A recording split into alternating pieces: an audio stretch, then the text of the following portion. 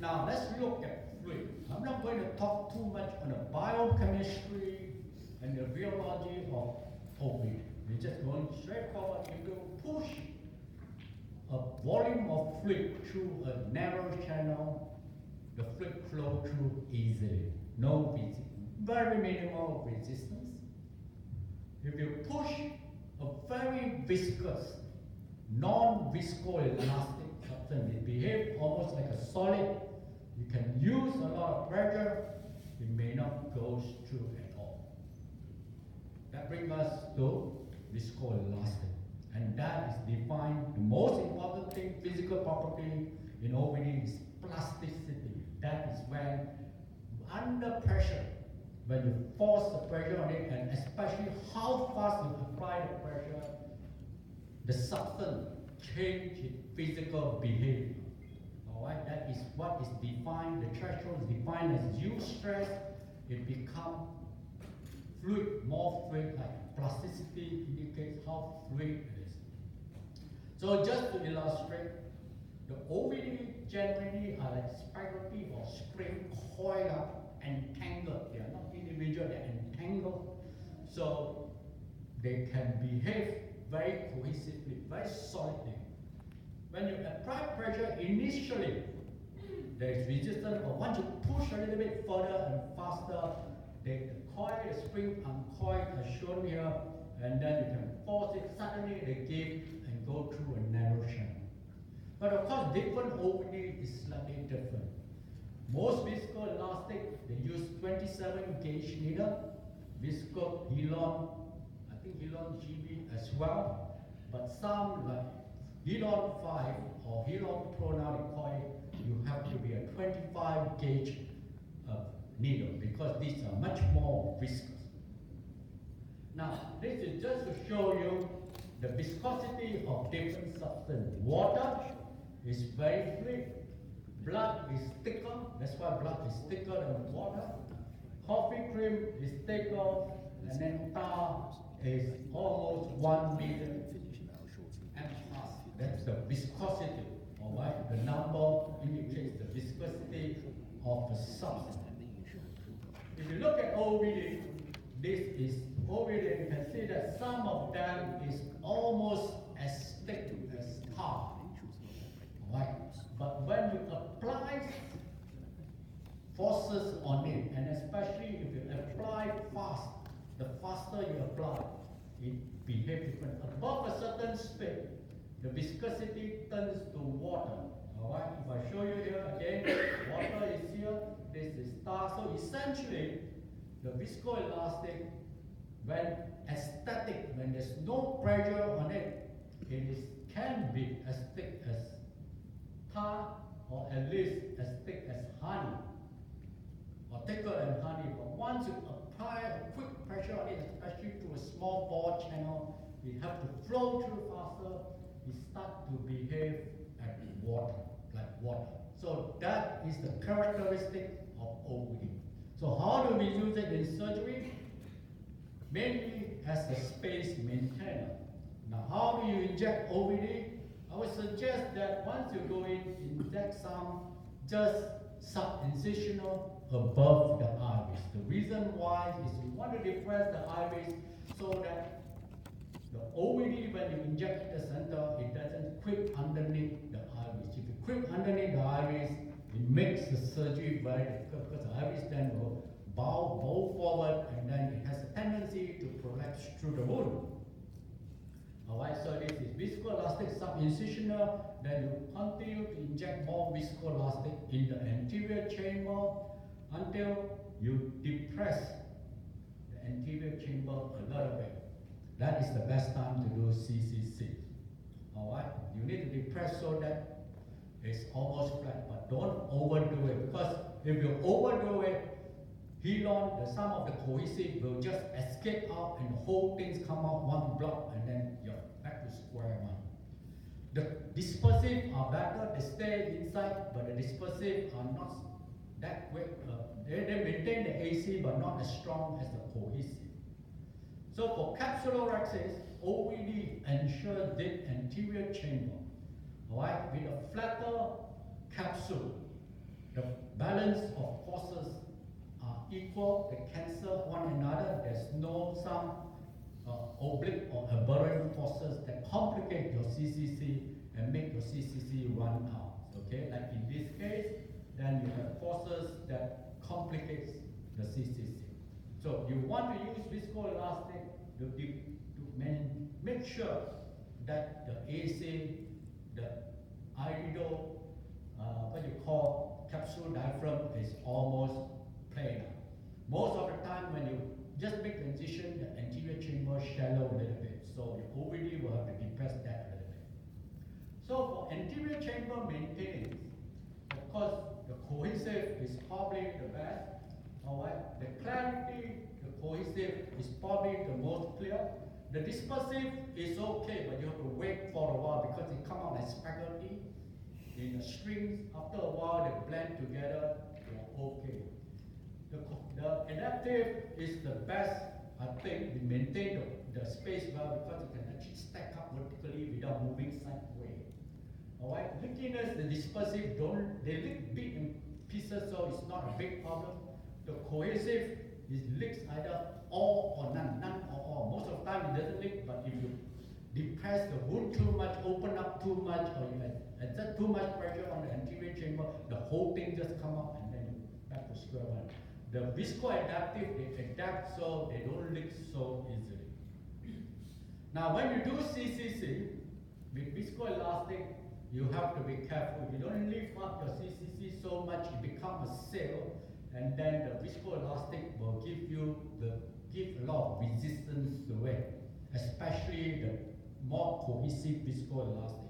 The best way is to flatten it and pull along the surface. Alright, that way you don't face so much resistance. How about hydrodissection now? Again, dispersive, not so much a problem, but if you're dealing like Healon Pro, Healon 5, you have to be a bit more careful. The best is as you enter, you inject BSS. The whole idea is to create an aqueous channel so that if you hydrodissect any excessive pressure, there's a venting, the excessive fluid BSS can be vented easily. Otherwise, if you don't create this fluid track, you may, the whole viscoelastic will trap the BSS inside, the pressure may build up very high. Alright? Again, dispersive, not so much a problem, but some of the strong cohesive, you have to be more careful. And then you go on to phaco. By phaco, most of the time, most viscoelastic has been removed. Certainly the cohesive type, so therefore tissue protection is not great. Alright? The dispersive tend to split into small pieces, and especially those with chondroitin sulfate will coat the endothelium well and protect the endothelium. But otherwise, underneath it is usually been removed. Adaptive break into small pieces because during phaco, where you have fluid flowing, you're actually under high stress. As I explained earlier on the chart, under high stress, the viscoadaptive tends to become more fluid. So they break into pieces, they still coat a bit. It's not a very strong coat, but they're just by being in small pieces, they may protect the tissue a little bit better. So this is phacoemulsification. Some will require you to remove more. Some, if you are able to keep it in small pieces, small local space, you're okay. At this point, that is why some people prefer to use two viscoelastic dispersive to coat the endothelium, because they break into pieces, they stay at the endothelial level. But for phaco, the main center core, you want to use a cohesive because you remove that, you create an aqueous local flow channel, you can do your phaco more efficiently. Viscoelastic is also for you to load the IOL. So now, whenever you load the IOL into the cartridge injector, you will put some viscoelastic to lubricate the IOL. And then IOL insertion, what is the better viscoelastic? They all in the family, they all works well. For some better than others. Alright? As a space maintenance, controlled IOLs tend to open a little bit faster, but it's still within control. The adaptive tends to open very slow, so that if you don't like the IOL to open slowly, that may be a problem. Okay, you have to remove all the viscoelastic before the IOL fully open. If you leave it inside, the IOL will probably take forever to open up. So if you're putting toric, you have to be a little bit patient. You have to remove all the viscoelastic before you can do your final alignment. OVD removal, at the end of the surgery, you must remove all your OVD, because any OVD that stays back will cause IOL pressure problem, and if it's behind the IOL, it may cause capsular block syndrome, in which the IOL is pushed a little bit more anterior, the patient will have myopia. And some of the cohesive viscoelastic may get trapped in capsular block syndrome for a long time, and it may take even up to 3 months to clear. Alright, and they can cause some pressure problem. How do you remove them? You can do a rock and roll method. That means you put your infusion pot on top of the IOL and you rock it, and then you roll your infusion pot to and fro so that you can remove. I prefer the two-chamber technique. That means I go behind the IOL to remove the viscoelastic and then go on to the front, but you have to be a bit careful, because sometimes the PC, especially those flimsy PC, can come to the pot very fast, and before you know it, you have a problem. So for removal, the dispersive is generally difficult to remove, but the good thing is they don't cause much IOP problem. They do. They're early, usually 2 hours to 4 hours, and then that's it. The IOP wise is also mild. Alright, take a long time to remove. The cohesive is very easy to remove. The whole thing comes on very fast. They can cause moderate IOP problems, about 1 to 2 days. Adaptive, well, is to remove it, you have to have a certain technique. You can't just remove it like that. It takes some time to remove all of them, because you have to remove all of them. And if any left behind, even 10%, it's going to cause a lot of IOP problems. Alright, so you have to be very careful if you are doing that. Now, this is an important chart. It shows the different type of viscoelastic. The dispersive, for example, the higher the vacuum, the more of it being removed. Alright, but if you use too high the vacuum, it tends to cause a lot of turbulence. It tends to cause some injury to the corneal endothelium. But for the cohesive, you look at this, from 400 to perhaps 440, that's where most of the viscoelastic can be removed. Which means, if you want to remove this particular cohesive, for example, there's no need to set your IA vacuum to 500, 600, 700. It doesn't make sense. All you need is to set at about 450. The whole thing will come to use nicely, because if you set too high, they start breaking apart, you behave like fluid, you actually take a longer time to remove all of them. So the higher the vacuum does not necessarily mean better. Between flow pump and vacuum pump is more efficient in removing viscoelastic. If you are using flow pump, you have to use higher flow, 30 panel, for example. You just want to have a quick draw in of fluid and reach your vacuum as fast as possible, so that the viscoelastic. Remember, you want to create a lot of stress on the OVD so that they behave like fluid and you can aspirate it better, because as a solid, by right, you cannot remove this. So by using higher setting, you can remove it faster, but does not mean you have to go through the roof. Because here you can see 450 is more than enough. For Healon 5, this is cohesive. Healon 5 is even more interesting because it's even lower. It's usually about 350 to 400. That vacuum range will remove all the cohesive cleanly. There's no need to have fancy higher setting than that. Just because it's more cohesive just because it's thicker doesn't mean you need higher vacuum. You just have to know the characteristic of the viscoelastic that you use. And if you know them well, you can find the right way to remove them more efficiently. So during surgery, there are many steps that different viscoelastic will suit different ones.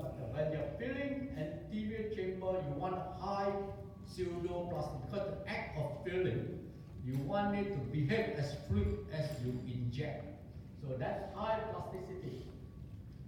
Capsulorhexis, you want to maintain the anterior chamber. Well, there's not much stress because when you do CCC, it's a very slow movement. You want a high viscosity type, perhaps a cohesive type to maintain the anterior chamber. For emulsification, the dispersive is better because the cohesive tends to interfere with your surgery.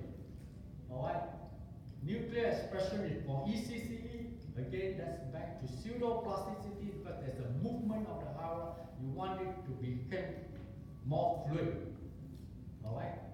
But this is not applicable to phaco. For cortex removal, portability, because during IA, there's a lot of turbulence. You want to protect the endothelial cells as much as you can. When you open the back, you want to have actually cohesive. I prefer to use cohesive to protect, to maintain the anterior chamber so that I can do a CCC better. But here, I think it means to fill up the anterior chamber for IOL implantation. So to maintain the back to high viscosity, for IOL implantation, because there's movement, you want to have pseudoplasticity so that you can put in the IOL better. And for removal, cohesion is easier to remove. So that comes to the last slide. I always tell my trainee, when I was a trainee, this table was so much easier. There's only 2 columns, viscous, dispersive, and cohesive. Today, there are 5 cells. So there's so much more to learn. First, up there, there's a visco-adaptive, which is one class. Then there's a still dispersive, cohesive, and dispersive. But the dispersive now is split into higher viscosity dispersive, like disco-base, or lower viscosity dispersive, like visco. Of course, the cohesive, there's a big chunk there. The Helon families belongs mainly there. So for surgery, when you look at viscoelastic, you want the ease of injection. You want it to give you adequate protection. You can also do some viscodilation of the pupil. Main space maintainer, preferably as clear as possible. At the end, you want it to be easy to remove, and of course, low risk of post-op intraocular pressure. It is a very useful tool. The physical properties is important. You need to know at least the one you use, not everything. More choices is better, depends on, especially if you do different kind of anterior segment surgery, it gives you better control. This is like an extra pair of hands to the surgeon, especially if you don't have assistant. With that, thank you very much. Thank you very much. Any questions for Dr. Pham while I set up for the last talk of the afternoon?